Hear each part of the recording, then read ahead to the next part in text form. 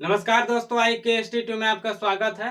देखिए, हम लोगों ने जो है रासायनिक अभिक्रिया के परीक्षण देख लिए थे। अब देखेंगे शब्द समीकरण। ठीक बानू। देखिए, इस शब्द समीकरण क्या हो जाएगा, इनमें अभिकर्मकों और उत्पादों को उनके नाम से दर्शाया जाता है। ठीक है, क्या हो जाएगा, अभिकर्मकों और उत्पादों को उनके नाम से दर्शाया जाएगा। जो भी अभिकर्मक और उत्पाद बन रहा है उसको हम क्या करेंगे, नाम से या शब्द समीकरण से दर्शा देंगे। तो देखिए, अभिकर्मक में क्या ले रहे हैं, कार्बन को अगर ऑक्सीजन के साथ अभिक्रिया करा देंगे तो क्या बन जाएगा, कार्बन डाइऑक्साइड गैस यानी उत्पाद बन जाएगा। ठीक है, इसको हम क्या करेंगे, शब्द समीकरण में दर्शा दिए। अब देखिए, अब क्या हो जाएगा, पॉइंट नंबर 5 देखिए, रासायनिक परिवर्तन को प्रदर्शित करना। अब रासायनिक परिवर्तन को कैसे प्रदर्शित करेंगे, तो रासायनिक अभिक्रिया को हमेशा रासायनिक समीकरण द्वारा प्रदर्शित किया जाता है, ये की जाती है। रासायनिक समीकरण को समीकरण द्वारा ही प्रदर्शित करेंगे। जैसे देखिए पॉइंट नंबर 1 में, तो रासायनिक समीकरण में तत्वों के प्रतीक के रासायनिक उनकी अवस्था, यानी कोई भी पदार्थ ले रहे हैं, तत्व ले रहे हैं, तो उसकी अवस्था को क्या करेंगे, लिखना पड़ेगा।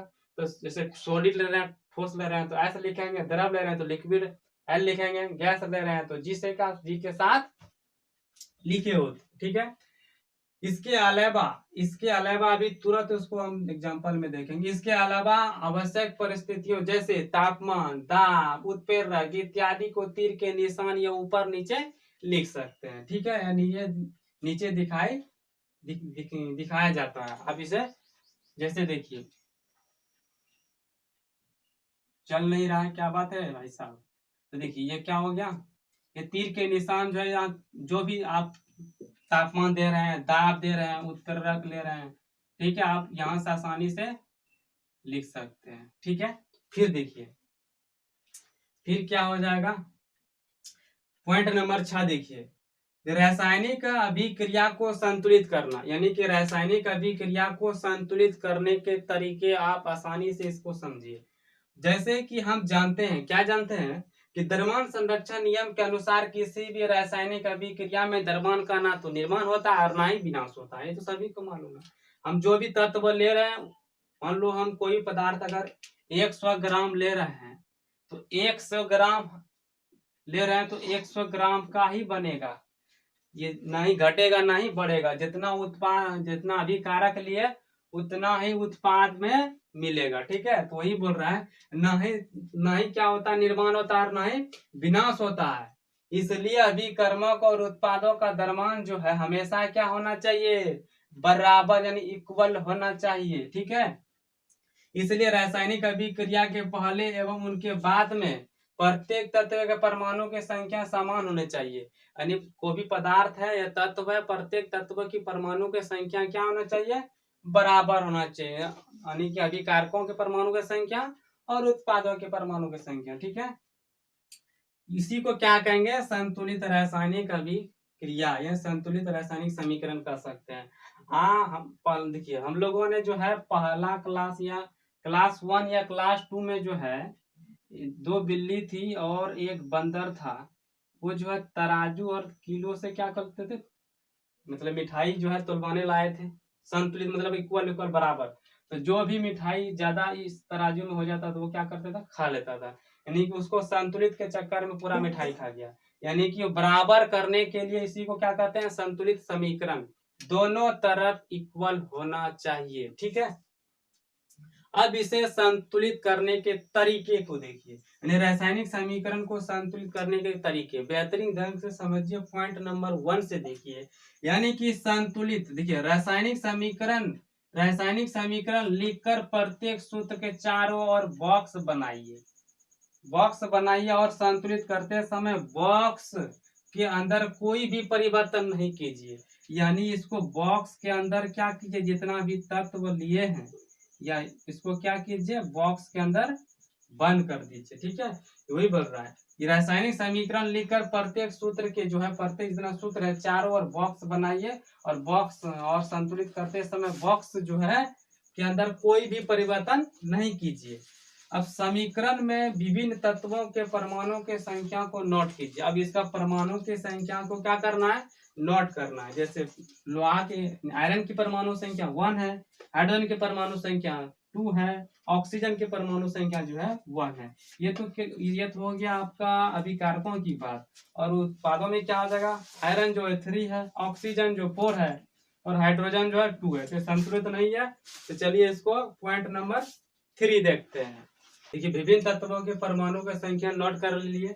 यानी तत्व हो गया, तत्व 3 था, यानी कि लोहा, आयरन, हाइड्रोजन और ऑक्सीजन था। अभी कारकों में परमाणु की संख्या, तभी कारकों में परमाणु की संख्या लिख दिए, उत्पादों में परमाणु की संख्या लिख दिए। तो देखिए इसमें लोहा जो था परमाणु की संख्या कितना था, अभी कारकों में 1 था और उत्पाद में कितना था, 3 था। फिर देखिए हाइड्रोजन में अभी कारकों में परमाणु की संख्या कितना था, 2 था, ठीक है, 2 था। और उत्पादों में कितना, ये भी 2 था, ठीक है ना।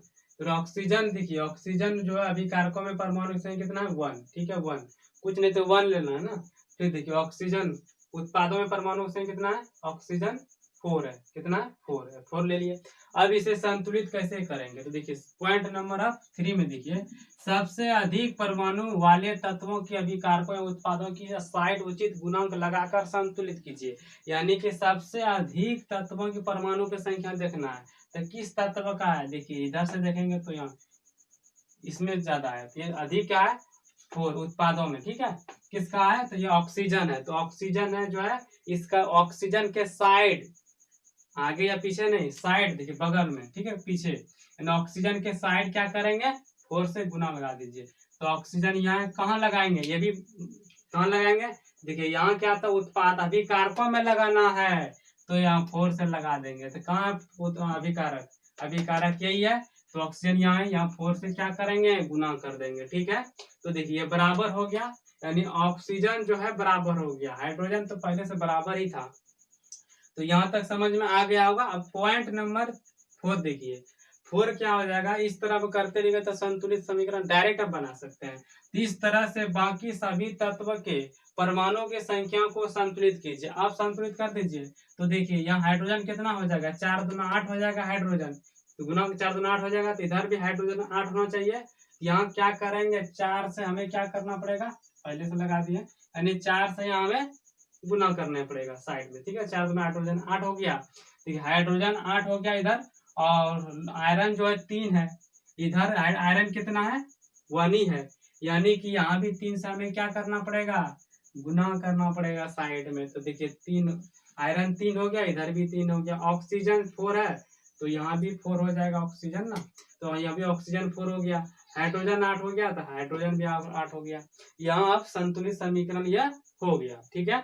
आप डायरेक्ट इसको इस तरह नहीं, अगर बॉक्स नहीं बनाना है तो डायरेक्ट आप इजी वे में संतुलित कर सकते हैं। 2-4 प्रैक्टिस कर लीजिएगा तो आसानी से बना सकते हैं, ठीक है, और करवा भी देंगे। देखिए क्वेश्चन जो है, क्वेश्चन नंबर 5 देखिए, पॉइंट नंबर 5, यानी अभिकारकों और उत्पादों की भौतिक अवस्था को दर्शाने के लिए, इसको जो है भौतिक अवस्था को दर्शाने के लिए निम्न चिन्ह का उपयोग किया जाता है। जैसे कोई पदार्थ या तत्व ठोस है तो एस लिखेंगे, द्रव है तो एल लिखेंगे, गैस है तो जी का प्रयोग करेंगे, और जलीय अवस्था में ले रहे हैं तो एक्वस यानी ए क्यू का दर्शाएंगे, ठीक है। तो यहाँ हम दर्शा सकते हैं इस तरह करके।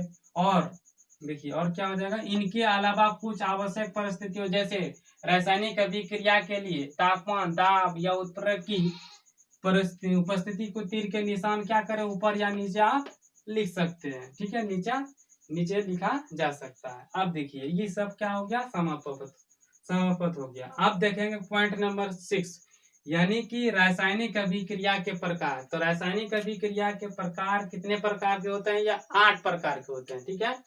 8 प्रकार के रासायनिक अभिक्रिया को पढ़ना है आपको। तो संयोजन, पहला अभिक्रिया संयोजन अभिक्रिया, वियोजन अभिक्रिया, तीसरा वियोजन अभिक्रिया, द्विविस्थापन अभिक्रिया, ऑक्सीकरण अथवा अपचयन अभिक्रिया, उपचयन अभिक्रिया, छठा अनऑक्सीकरण तथा अपचयन अभिक्रिया। सातवां जो है उष्मा शोषी अभिक्रिया पढ़ना है। फिर पढ़ना है उष्मा क्षेपी अभिक्रिया। तो चलिए पहला देखते हैं। पहला नंबर जो है संयोजन अभिक्रिया देखते हैं। चलिए पहला नंबर देखिए, पहला नंबर में क्या है, संयोजन अभिक्रिया। संयोजन अभिक्रिया किसे कहते हैं, क्या है, तो वह अभिक्रिया जिसमें दो या दो से अधिक अभिकारक मिलकर एकल उत्पाद या एक उत्पाद बनाते हैं उसी को क्या बोलेंगे, संयोजन अभिक्रिया। ये भी कोई दो पदार्थ हैं, आपस में मिलकर एक नए पदार्थ का निर्माण किया अकेला, ठीक है, इसी को संयोजन अभिक्रिया कहते हैं, ठीक है। जैसे देखिए उदाहरण के द्वारा समझते हैं इसको। कोयला का, जैसे कोयले का दहन करेंगे तो कार्बन प्लस ऑक्सीजन क्या होगा, कार्बन और ऑक्सीजन मिलकर क्या बनेगा, कार्बन डाइऑक्साइड गैस का निर्माण करेगा ना। तो कार्बन हो गया C, यानी इसको सॉलिड अवस्था में पाया था इसलिए ऐसे लिखा गया है। ऑक्सीजन जो O2 गैस है तो जी से लिखेंगे, तो इसको देखिए कार्बन डाइऑक्साइड CO2 होता है गैस का। ये शब्द समीकरण हो गया, ये प्रतीक यानी तत्व का प्रतीक जो सूत्र होता है उसको दर्शा दिए। जल का निर्माण, जल का निर्माण कैसे होगा, हाइड्रोजन और ऑक्सीजन को मिलने से जल का निर्माण होता है। कोयला कैसे बना था, कार्बन और ऑक्सीजन को मिला देंगे तो कोयला कार्बन डाइऑक्साइड गैस बनेगा। चलिए देखिए संयोजन अभिक्रिया, संयोजन अभिक्रिया क्या होता है, वह अभिक्रिया जिसमें दो या दो से अधिक अभिकारक आपस में मिलकर एक उत्पाद बनाते हैं उसी को क्या कहेंगे, संयोजन अभिक्रिया। जैसे ए और बी, ए प्लस बी के साथ अभिक्रिया करें, दो पदार्थ है तो एकल पदार्थ का निर्माण करता है, इसी को क्या बोलेंगे, संयोजन अभिक्रिया। आइए इसका उदाहरण के माध्यम से समझने का कोशिश करते हैं। तो देखिए कोयले का दहन, तो कोयले का दहन करेंगे तो कार्बन प्लस ऑक्सीजन, तो कार्बन प्लस ऑक्सीजन के साथ अभिक्रिया कराएगा तो कार्बन डाइऑक्साइड गैस का निर्माण करेगा। तो इसका C हो जाएगा सॉलिड अवस्था में और O2 गैस अवस्था में पाया जाता है, तो CO2 कार्बन डाइऑक्साइड का सूत्र होता है, CO2 गैस, ये भी गैस है तो जी से दर्शा दिया। बी नंबर देखिए जल का निर्माण, जल का निर्माण कैसे होता है, हाइड्रोजन और ऑक्सीजन के मिलने से जल का निर्माण होता है। तो देखिए हाइड्रोजन प्लस ऑक्सीजन ये भी दोनों गैस है तो जल का निर्माण कर दिया, यानी कि संयोग करके एक पदार्थ का निर्माण करते हैं उसी को संयोजन अभिक्रिया करते हैं, ठीक है। आइए इसको और बेहतरीन ढंग से समझने की कोशिश करते हैं। तो देखिए ये दो पदार्थ है और एकल पदार्थ का निर्माण करता है, ये संयोग करके जो है एकल पदार्थ का निर्माण करता है, तो इसी संयोग करके एकल पदार्थ का निर्माण करते हैं, इसी को संयोजन अभिक्रिया करते हैं। और दूसरे में था वियोजन, वियोजन क्या हो जाएगा, यही पदार्थ टूटकर दो अलग अलग पार्ट में बढ़ जाता है, यानी जो संयोग मतलब जुटना, जो ब्रेकअप हो गया, जो टूट गया, अलग अलग हो गया, उसी क्या कहेंगे, वियोजन अभिक्रिया। पहले संयोग था तो संयोजन अभिक्रिया हो गया, अब ब्रेकअप हो गया तो अलग अलग भाग में टूट गया, बिछड़ गया, यानी कि वियोजन अभिक्रिया। सिंपल है, यानी इसको आप दूसरा नंबर में देखिए वियोजन अभिक्रिया। वियोजन अभिक्रिया वह अभिक्रिया जिसमें एकल पदार्थ, ये एकल पदार्थ टूटकर दो या दो से अधिक उत्पाद बनाते हैं उसी को क्या बोलेंगे भाई साहब, संयोजन अभिक्रिया कहते हैं, ठीक है। जैसे ये था A प्लस B में बढ़ गया, एकल पदार्थ ब्रेकअप हो गया तो उसी को वियोजन अभिक्रिया कहते हैं। चलिए इसका उदाहरण के माध्यम से समझने की कोशिश करते हैं। तो देखिए जल का हाइड्रोजन और ऑक्सीजन में बदलना, जल जो है हाइड्रोजन और ऑक्सीजन में बदल गया तो जल का सूत्र H2 होता है, 2H2O लिक्विड फॉर्म में पाया जाता है, हाइड्रोजन भी गैस है ऑक्सीजन भी गैस है, तो 2H2 प्लस O2। फिर देखिए कैल्शियम कार्बोनेट को गर्म करके कैल्शियम ऑक्साइड में बदलना, तो कैल्शियम ऑक्साइड बदलेंगे, कैल्शियम कार्बोनेट को गर्म कर देंगे, ठीक है। ये गर्म करेंगे तो कैल्शियम ऑक्साइड और कार्बन डाइऑक्साइड का गैस के निर्माण करता है। तो देखिए कैल्शियम कार्बोनेट का फॉर्मूला CaCO3 होता है, ठीक है, सॉलिड अवस्था में, और कैल्शियम ऑक्साइड का Ca बन गया कार्बन डाइऑक्साइड,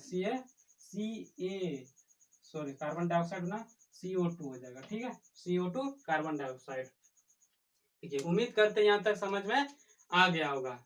अगर मेरे चैनल पर पहली बार विजिट किए हैं तो चैनल को कर लीजिए सब्सक्राइब। मिलते हैं नेक्स्ट वीडियो में। जय हिंद।